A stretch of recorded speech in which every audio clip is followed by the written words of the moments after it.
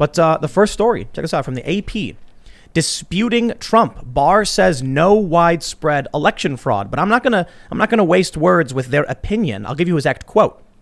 Barr told the AP that U.S. attorneys and FBI agents have been working to follow up specific complaints and information they've received. But, quote, to date, we have not seen fraud on a scale that could have affected a different outcome in the election. The comments, which drew immediate criticism from Trump attorneys, were especially notable coming from Barr, who has been one of the president's most ardent allies. Before the election, he had repeatedly raised the notion that mail-in voting could be especially vulnerable to fraud during the coronavirus pandemic, as Americans feared going to polls and instead chose to vote by mail. More to Trump's liking, Barr revealed in an AP interview that in October he had appointed U.S. Attorney John Durham as a special counsel, giving the prosecutor the authority to continue to investigate the origins of the Trump-Russia probe after Biden takes over, and making it difficult to fire him. Biden hasn't said what he might do with the investigation, but his transition team didn't comment on Tuesday. So let's just start talking about what's going on with, Bill Barr's statements. I don't know if you've been following a lot of the voter fraud stuff, Ben. I have, absolutely. So, well, first, what are your thoughts on the whole thing? Well, I think that the big problem here is that we have a system that really is not designed to be able to quickly prove voter fraud on the scale that may have happened in this case. The DOJ is really built to make cases, to investigate situations, to bring a case eventually to court. That can take years. And I think that the real problem is that we're discovering that in a situation like this one, where they rushed all of these changes, many of which I think may turn out in eventually to be considered unconstitutional on the state level, as your guest Sean Parnell was bringing up the other day. He's the plaintiff suing for Yes, this. exactly, which I think is a very serious question. The real problem is, what if the fraud is hiding in plain sight? And I know that during the Russia hoax, you would always hear that from, Adam Schiff and people like that. Oh, the collusion's it's hiding in plain sight. It's right there. It's right in front of you. What if instead the actual fraud is something as basic as Mark Zuckerberg spending hundreds of millions of dollars to have voter boxes put all over the United States in ways that may turn out to be targeted to specific areas, in things that could turn out to be in-kind contributions to Democrats as opposed to nonprofit. Or Wisconsin, they were doing democracy in the park events. Yes, bringing people out, telling them to vote, telling them who to vote for, things like that. And it's a situation where our own reporter John Davidson, who does a lot of this stuff on the ground for us, has been detailing the situations in Native American communities where you literally had illegal raffles and things like that going on to incentivize people to vote. Wow. Which is stuff that, it's just basic law. Like, you can't pay someone to vote or not vote. And to me, all of that adds up to a situation where there really is rampant, fraud, weirdness, lots of questions. But I don't think we have the capacity in the DOJ to turn something around that quickly in a way that would satisfy Americans. And that to me is that's a big unanswered question. I completely agree. And I mentioned this. One of the biggest problems we have is what we get 2 weeks to do this full scale nationwide investigation of 150 million votes. That's impossible. Yeah. But we have more and more evidence stacking up. Now, to clarify what Barr has said, he's saying no evidence of widespread fraud. In fact, I've titled this stream, No Evidence of Widespread Fraud. What he said was, to date, we have not seen fraud on a scale that could have affected a different outcome in the election. We can break that down. It could mean several things. He could be saying, as of right now, we have seen fraud. We haven't seen enough. Does it mean he's done investigating? No, it doesn't. But of course, the headline from every mainstream outlet is going to be no evidence of widespread fraud. I default in that direction as well, but it's really hard to cram a title in, on YouTube. So I have to do what I can. I'm basing it off the article. It could theoretically mean we've seen fraud. We haven't seen enough yet. He did say to date, right? Well, I'm thinking about James Clapper. I just keep thinking about James Clapper testifying to Congress that they did not. Yeah, we did not wittingly spy on the American people when they did wittingly spy, and under oath, perjury to Congress. And no repercussions. None. No. So it makes me think they're all capable of lying. Well, of course they are. John Brennan is someone who didn't just spy on the American people; he spied on Congress. Well, but no, go ahead. Just for people who don't know, full of it. I don't know. Bill Barr is the Attorney General, yeah. And then Clapper he was a former CIA, head NSA, NSA, and Brennan is CIA. Yes. Okay. There we go. Just want to make sure, but continue. But so the thing that I think we need to keep in mind here is, effectively, what Barr is saying is he can't answer that question. He doesn't actually have the capability to Right. find that in such a short amount of time. At the same time, I think that he is really engaged here in a bit of setting expectations, which is, we all know that this mail-in balloting thing was something that a lot of folks, mostly on the left, have been pushing for a long time. It's not going away. They're going to keep it in the midterms. They're going to try to keep it for the next presidential. And to me, at a certain point, the attitude of people who want to see the Trump agenda furthered, who supported him this time around, who are furious at this result, has to be, we can't let this happen again, because otherwise it will. And it's in the incentives of a lot of these politicians to make sure that it does, so that they don't have some reversal of fortune in the midterms, as they all expect they will. So this is the most important thing coming out of all of this. If maybe Trump doesn't win, right? I know the Trump supporters are saying we're going to win, we got to fight. Okay, look, I've been saying over and over again that, in my opinion, it was always extremely likely, once they called it for Biden, it's going to be Biden. But Trump should keep fighting no matter what, because we have seen historic anomalies, this like the Georgia, where they found all these votes. And there's a possibility Trump could figure out a legal path to victory through legal challenges and through the Electoral College. But outside of all of that, let's say the worst case scenario for the Trump supporters is that it's done. Trump loses, Joe Biden's president. This fight that Trump has led will push us towards more secure voting, at the very least. And it could also mean no mail-in voting. The fight coming from people like Mike Kelly, I think Mike Kelly's the name, and Sean Parnell could result in more secure elections, no universal mail-in voting.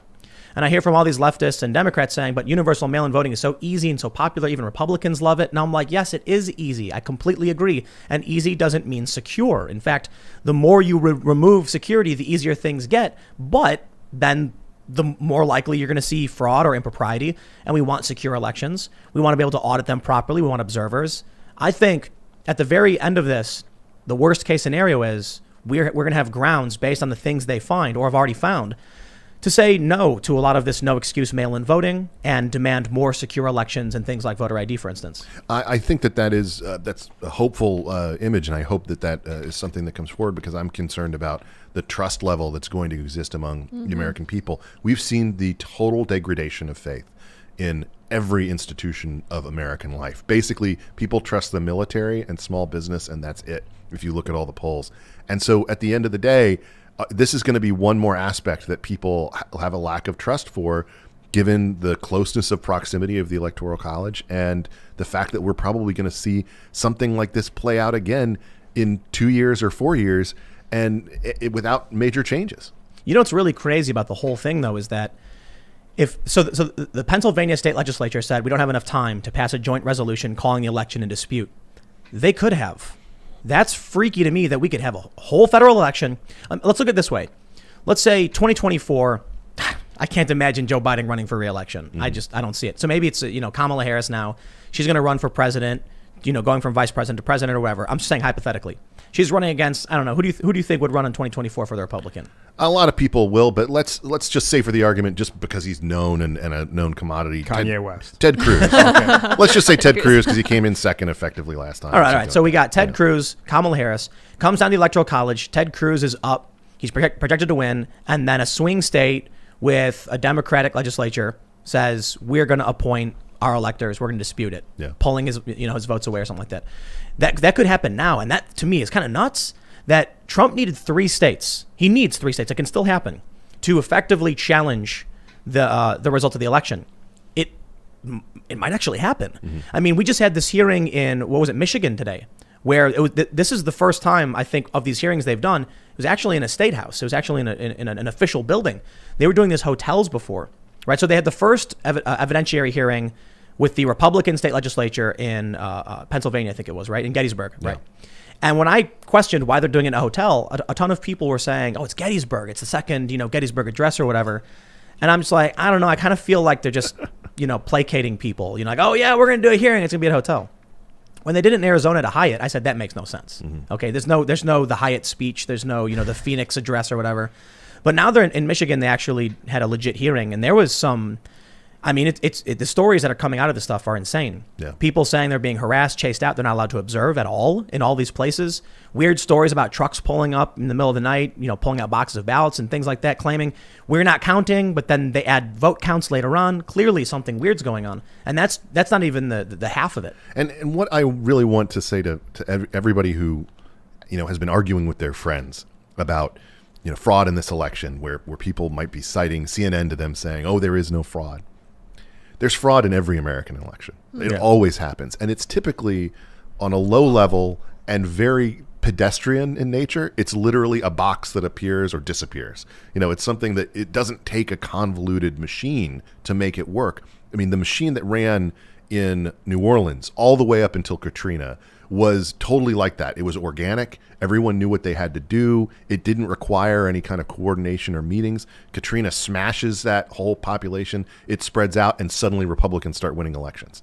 And that's something that I think, speaks to the organic, built into the society nature of these things of a place like Philly. Again, I still think this is a situation where this was effectively lost for Donald Trump when Republican lawyers didn't get their act together ahead of time months ago and start fighting and disputing these things more effectively within these different systems. They were getting shut down by the courts, but they needed to put more effort into it because I think that the moment that those rules were locked in, they were facing a circumstance where if he lost the state, it would be almost impossible to prove enough fraud. Right. You know what I've been saying? I said Trump got Ocean's 11. The real heist happened months ago. In October of 2019, in Pennsylvania, the Republicans passed Act 77, which other Republicans are now suing, calling it unconstitutional. Why did they pass no excuse mail-in voting before COVID happened? Mm-hmm. They knew mail-in voting was always their path to essentially cheating the election. And the reason I say cheating is that changing the rules at the 11th hour to benefit one side because it's what you need it's cheating. Yeah. So they say COVID is the excuse. When I talk about it, people say, well, people were scared of COVID, they needed an option. No, because they were already passing these bills, in other places. And then when you talk about the anomalies, for instance, they say, and I'm kind of sidetracking here. They say the anomalies are easily explained because the Republicans stopped them from counting ballots until election night, which was not true for some states. Mm-hmm. There's just those weird anomalous spikes. But anyway, going back to the getting Ocean's 11, they pass all of these rule changes where I had been making video after video saying, this is how they're going to cheat. Mm-hmm. Republicans are going to show up on election day like they normally do, and they're going to follow the rules. And Democrats have every opportunity now to hold democracy in the park events, to do, raffles. You were mentioning illegal raffles. There's accusations of ballot harvesting now. We've got in Minnesota and in, what was the other one, Texas, where the Veritas one uncovered? Yeah, I believe. I haven't been able to follow. Veritas has been putting out so many things that I'm a little behind my Veritas consumption, I have to admit. But congrats to them. Yeah. So that we have, these videos showing people are doing ballot harvesting. We had on Jeremy from the Quartering, and he said that at his house, like Democrats showed up and were like, have you voted? Do you have your absentee ballots? And they received them, but he never requested one. Mm-hmm. So there's a lot of weird things there, but I think one of the simple things is maybe this is fraud. Maybe they were requesting ballots for people and then showing up and telling them to vote. Or maybe they gave themselves a month plus to go around telling people, did you vote yet? Did you vote? Mm-hmm. Why don't you vote? Did you vote? We saw in one of the videos from Veritas, a woman saying, she was like, hey, come out and have free drinks with me. Did you vote? Mm-hmm. And so they're like, okay, fine. They fill it out. There you go. Here, take my vote. Now give me the beer. Yeah. That kind of ballot harvesting. That was the trick because guess what? That's a real vote. Yes. Now there is freaky stuff like Matt Brainerd for the Voter Integrity Project says, here's 20,000+ people who changed their addresses and then voted twice. Mm-hmm. That's like, okay, we kind of got evidence of widespread fraud going on. Maybe it wasn't enough to change the results, or maybe, Bill Barr looked at it and then said, this is not legit. Mm-hmm. I don't know. Yeah, I think that's impossible to know, and I think we'll be poring over this for a long time. But I do think that we're now in territory where one side definitely thinks that they got jobbed, and the other side definitely thinks that they won, but they have this sour taste in their mouth because of how unwilling the other side is to accept it, and because of the performance of Republicans generally. So that sets up a very strife-filled political scenario where Joe Biden is absolutely not going to unify anybody. No, it's going to be, Joe Biden is the worst possible thing to have happened to this country, especially right now. But I'll tell you, first and foremost, I'm sorry if I can't believe Joe Biden won fair and square. You know why? Trump wins, the Republicans win down ballot. They reclaim many House seats. They lost none. They gained many. They didn't take the majority. They defended the Senate. They won every state race. So it looked like Trump was on the ticket. Then Joe Biden, who didn't campaign. I mean, he literally campaigned, but you know what I mean. Like, come on. He's in the basement at the time. He's calling lids every day. He was not having big events or any rallies. Somehow beat Barack Obama's 2008 ground-shattering, 69 million votes. Joe Biden didn't campaign and beat Trump. The argument I hear is people hate Trump that much that they voted against him. I don't think so. Biden also, I mean, they also outspent him and outmanipulated him in ways that we can't leave out of this. The in-kind donation from big tech. Oh, absolutely. Absolutely. I mean, I don't even know how you could estimate it. The amount of money that they spent, obviously, they spent almost twice as much money just from the campaign organizations, et cetera. Yeah. And so I think this is a situation where money did talk this time around, and also the warping influence that we've had on narrative from an entire corporate Democrat media establishment designed to take down Trump, focused on, telling the entire country that he's this racist, horrible person who has to be destroyed for the sake of humanity for year upon year upon year. And they end up with a situation where, he wins more votes than Barack Obama actually did, and wins, more votes than any Republican. And it's this situation. I know. I mean, it's kind of amazing. I know too many Democrats who switched parties. Coming out of Chicago, there are people I've known my whole life who have always been Democrat kind of passively, now hardcore Trump supporters. And so I see things like that. That's obviously anecdotal. Doesn't mean, that's my personal friend and family bubble. But I look at the New York Times reporting. I look at Moody's Analytics, all of these things in indicating a Trump victory, nothing indicating a Trump defeat, albeit when COVID hit, it shifted a lot of the economic forecasts. Thanks for checking out this clip from the Timcast IRL podcast. We do the show live Monday through Friday at 8 p.m. So come back to check us out when we go live. Don't forget to subscribe, hit the like button, hit the notification bell, and we are also available on all podcast platforms for free if you want to listen to us there. Thanks for hanging out, and we will see you all next time.